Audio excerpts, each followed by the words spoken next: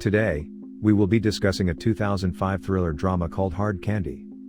This movie touches on sensitive topics such as pedophilia, so please do not proceed if you are not comfortable. The movie opens with 14-year-old Haley and 32-year-old photographer Jeff engaging in a sexually charged, flirtatious chat online. They arrange to meet at a coffee house and Haley sees him with a chocolate stain on her lip and he wipes it off for her.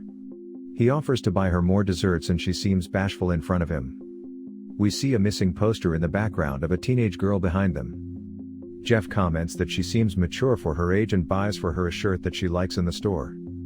She makes a case for going over to Jeff's home to check out a music record.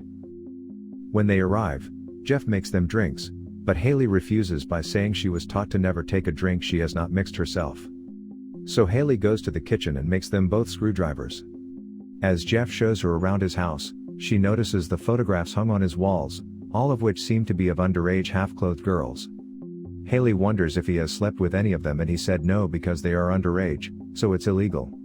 She then asks Jeff to photograph her in his home studio. He gets out his camera and Haley begins to pose for him, but before Jeff can take any photos, he loses consciousness and falls over. When Jeff wakes up, he is bound to a desk chair.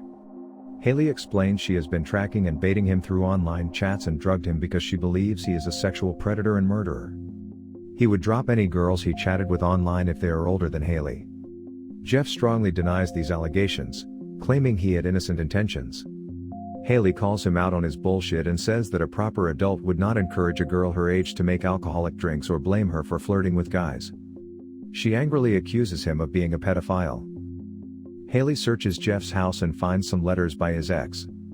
She goes to his computer and finds that he downloaded some pictures off the net but they can't be found in his files.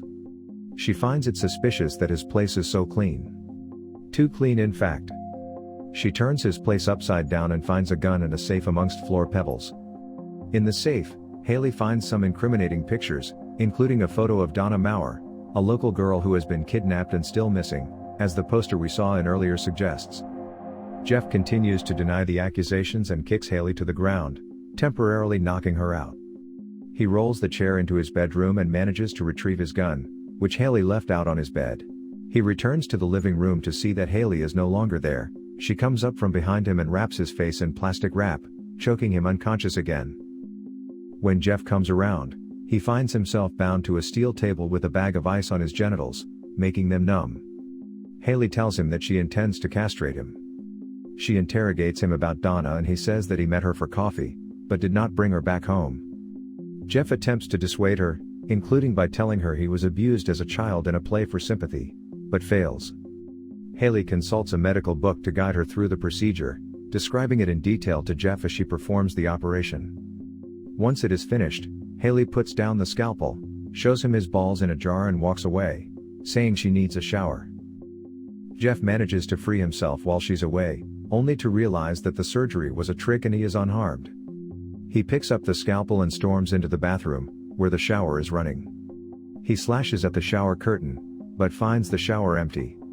Haley comes in and attacks him from behind, and as they struggle, she incapacitates him with a stun gun. Posing as a police officer, Haley calls Jeff's ex-girlfriend Janelle and asks her to come immediately to Jeff's house to discuss a matter. Jeff regains consciousness to find that Haley has bound his wrists and hoisted him to stand on a chair in his kitchen with a noose around his neck. Her plan is interrupted when a neighbor knocks on the front door, selling Girl Scout cookies. To pay for the cookies, Haley went back into the house to get cash from Jeff. After getting rid of the neighbor, Haley makes Jeff an ultimatum. If he commits suicide, she promises to erase the evidence of his crimes, but if he refuses, she will expose his secrets. Jeff tells her that his neighbor has figured her out and will catch her in the act. Haley taunts him further by saying that she will get away with it because she's a minor and he's a pedophile. As she comes closer to him, Jeff uses her to break away from his bindings and pursues her to the roof of his house. Haley has brought her rope from the kitchen and fashioned it into a noose secured to the chimney. She keeps Jeff at bay with his gun. Jeff confesses that he watched while another man raped and murdered Donna. He promises Haley that, if she spares his life, he will tell her the other man's name so she can exact her revenge. Haley reveals that she already knows his name, Aaron, and that Aaron said Jeff was the one who did it before he killed himself. Janelle finally arrives, and Haley once again urges Jeff to hang himself, promising that she will destroy the evidence. Defeated, Jeff lets Haley slide the noose around his neck, and steps off the roof. After he falls, Haley says or not, then gathers her belongings and walks away through the woods. We hope you enjoyed this recap. Give us a thumbs up if you do and subscribe to our channel for the latest uploads.